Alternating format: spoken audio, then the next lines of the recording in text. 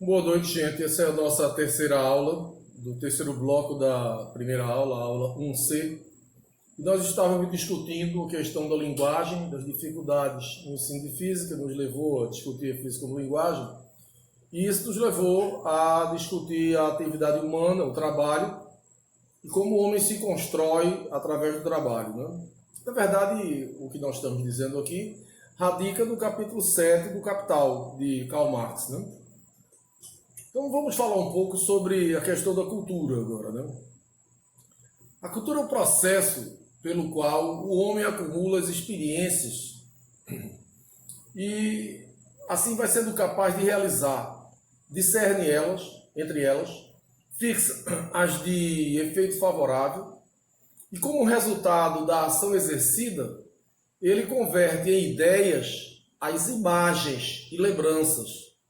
A princípio, imagens e lembranças coladas a realidades sensíveis, concretas, e depois generalizadas desse contato inventivo com o mundo natural.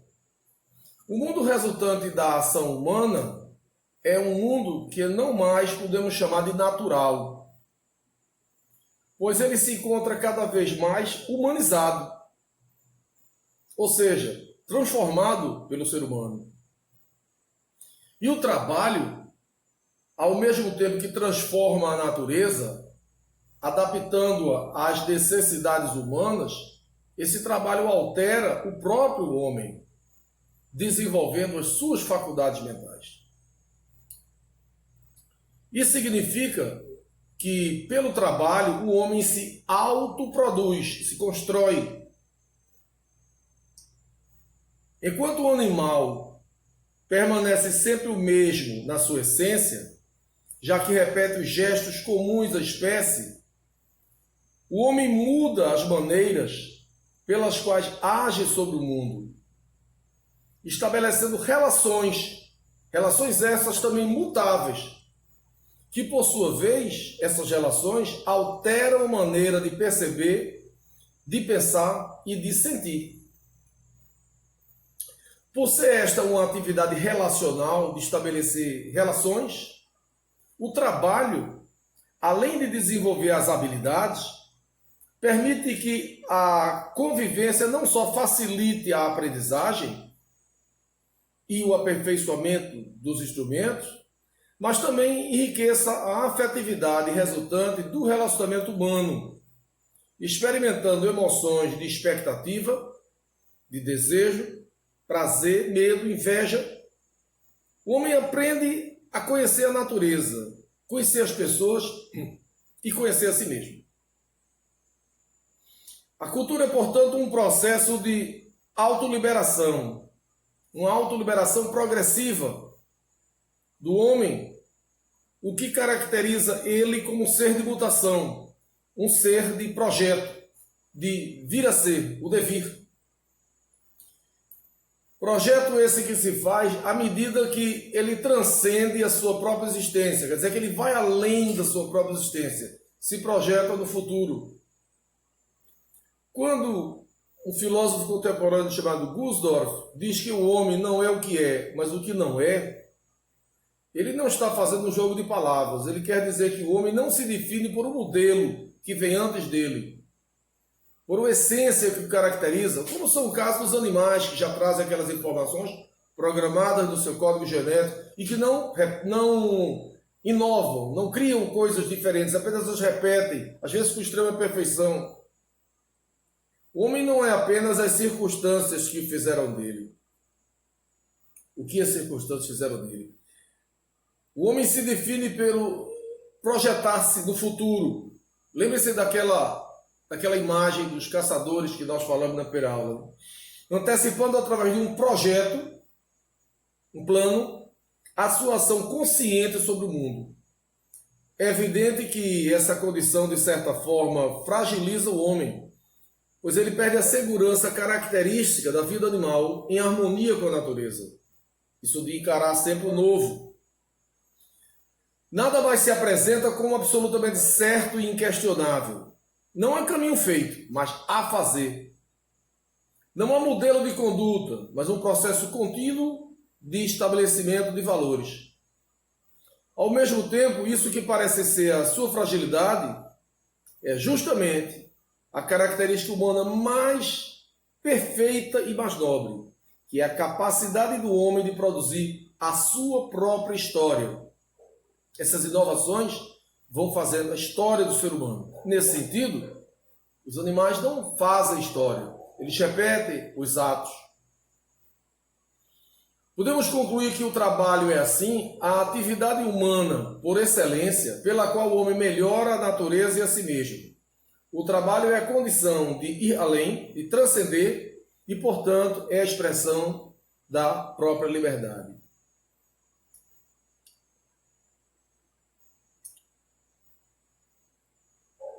O trabalho para atingir esse nível superior, no entanto, ele não depende somente da vontade do indivíduo, mas das condições em que esse trabalho é realizado.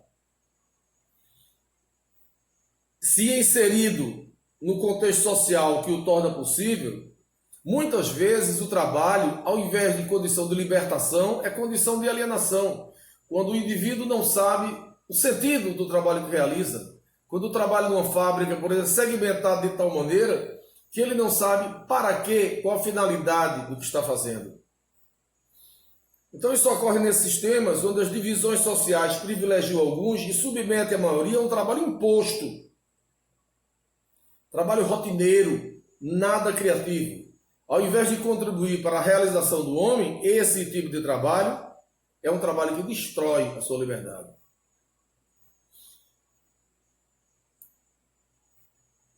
Então, é possível, discorrendo dessa maneira sobre cultura, intimamente conceito esse ligado à questão da linguagem, se aprofundar agora essa ligação entre linguagem e cultura, entre a representação simbólica do mundo e a cultura que o indivíduo constrói ao longo da sua história. O homem é essencialmente um ser que fala e representa o mundo. A palavra se encontra no limiar, no limite do universo humano, pois é ela, a palavra, que caracteriza fundamentalmente o homem e o distingue do animal, palavra.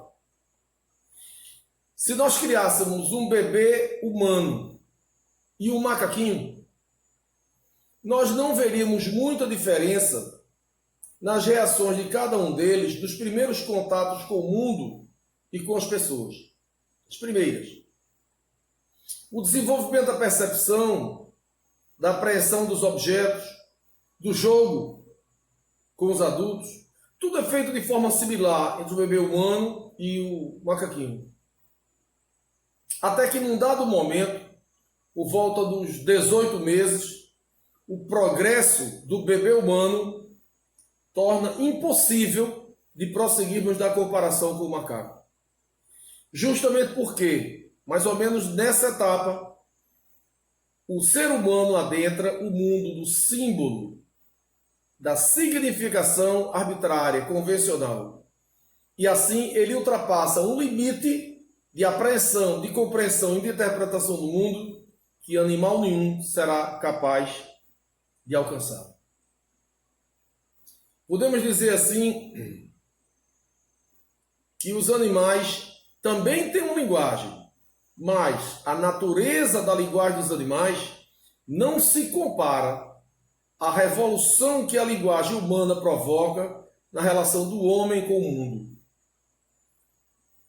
É interessante recapitularmos aquele exemplo, lembrarmos daquele exemplo das abelhas, da construção da colmeia, que dá aquela impressão de perfeição e de inteligência.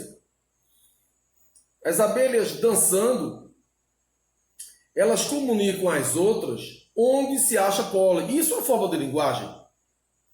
Por outro lado, ninguém pode dizer, ninguém pode negar que um cachorro, por exemplo, expressa a emoção por sons que nos permitem identificar o medo, a dor, o prazer.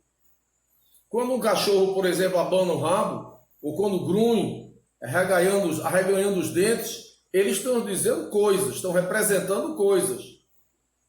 E nós mesmos percebemos, quando pronunciamos a frase "vamos passear", que o cachorro fica alegre. Entretanto, no exemplo das abelhas, nós estamos diante de uma manifestação que é programada biologicamente e que ela é idêntica da espécie. Nesse segundo exemplo do cachorro, essa manifestação não se separa da experiência vivida. Ao contrário, ela se esgota, ela mesma da experiência vivida. E o animal não faz uso de gestos vocais, independentemente da situação na qual ele surge. Quanto a entender o que o dono diz, isso é uma consequência do adestramento, da repetição. E os resultados são sempre medíocres, nada criativos. São mecânicos, são rígidos, geralmente obtidos da aprendizagem por reflexo condicionado. Você dá um prêmio quando ele faz uma certa coisa, ou castiga quando ele faz outra coisa, ele repete aquele comportamento. E isso é interessante de se dizer, porque muitas vezes certas escolas de aprendizagem, as escolas que nós vamos chamar de comportamentalistas, ou em inglês behaviorismo, não? Vamos ter modelos de aprendizagem que tratam o ser humano como se a aprendizagem do ser humano fosse tão simples quanto a aprendizagem do animal. Por isso que, particularmente, eu considero que a escola behaviorista, a escola comportamentalista, que foi muito privilegiada em certos trabalhos da década de 60 do ensino de física, como, por exemplo, da instrução programada. Eu não sei se vocês se lembram de um livro chamado FAI, Física Autoinstrutivo, que era todo sequenciado em tarefinhas simples, e treinava o ser humano para aprender física, como você treina um cão, um rato, né? E eu diria assim, me perdoe a linguagem, que era uma abordagem imbecilizante, né? Evidentemente que algumas pessoas poderiam até aprender por aquilo ali, mas a maioria perdia a paciência. Eu, pelo menos, não tinha paciência para 2 páginas de um troço daquele como faz. Mas eu mostro a vocês exemplos desse tipo de instrução programada. E que ainda muita gente acha muito interessante. A diferença, então, portanto, dessas linguagens, entre a linguagem animal e a linguagem do ser humano, está em que o animal não conhece o símbolo, a repressão arbitrária, convencional. Ele conhece somente o índice, aquela que tem uma relação de causa e efeito. Se ele fizer uma certa coisa, ganha um prêmio. Se ele fizer uma outra coisa, aquilo indica um castigo. Ele conhece o índice, mas ele não conhece o símbolo, ou representação arbitrária. O índice, o signo do tipo índice, ele está relacionado de uma forma fixa e única com a coisa a que ele se refere. O símbolo não. O símbolo é universal, é convencional, é versátil, é flexível. Em outras palavras, a linguagem animal visa a adaptação a uma situação concreta.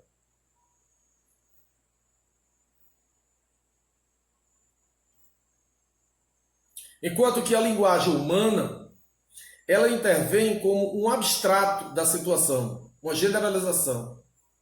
A palavra distancia o homem da experiência vivida, tornando-o capaz de reorganizá-la numa totalidade, que lhe dá um novo sentido.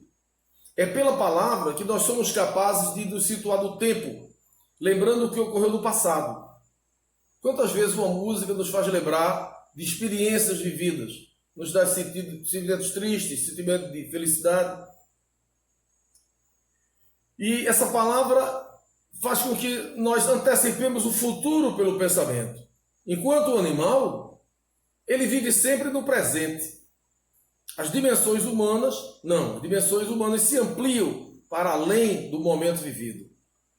A linguagem, ao mesmo tempo, que permite o distanciamento do homem sobre o mundo, por meio da representação simbólica e abstrata, também é o que vai permitir o retorno ao mundo para transformar esse mundo.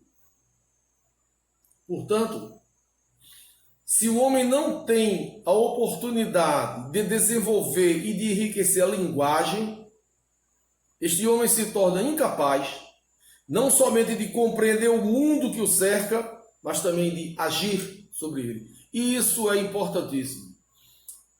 Eu não sei se vocês já leram Graciliano Ramos, mas é um meu paradigma de escritor, e é um livro belíssimo do Graciliano, que é o Vidas Secas. O Memórias do Cárcere também é um livro belíssimo, do tempo que ele foi preso e O Graciliano tinha uma forma peculiar de escrever, ele observava muito, atento, descrevia tudo aquilo que observava. Mas no Vidas Secas, que eu tenho como a sua obra-prima, ele descreve uma família de retirantes, Fabiano, sua família, o cachorro, a cachorrinha baleia, e ele é um homem rude, com vocabulário pequeno. Esse vocabulário pequeno, essas palavras, que ele usa para representar o mundo, para tentar compreender e para agir sobre ele. E Fabiano é um exemplo típico do nordestino, do interior, e que é submetido a uma opressão. Então, um trecho muito bonito do Graciliano, que tem tudo a ver com o que nós estamos dizendo, que eu quero ler, é na página 132. Diz mais ou menos o seguinte, né? Ordinariamente, a família de Fabiano, desse retirante, a família falava pouco. Depois daquele desastre, viviam todos calados, raramente soltavam palavras curtas. Fabiano vivia longe dos homens, só se dava bem com os animais. Montado, confundia-se com o cavalo, grudava-se a ele, e falava uma linguagem cantada, monossilábica e gutural, que o companheiro entendia, o cavalo entendia. Às vezes Fabiano utilizava nas relações com as pessoas a mesma língua com que se dirigia aos brutos, exclamações onomatopeias. Na verdade, Fabiano falava pouco. Admirava as palavras compridas e difíceis da gente da cidade. Tentava reproduzir algumas em vão, mas sabia que elas eram inúteis e talvez perigosas.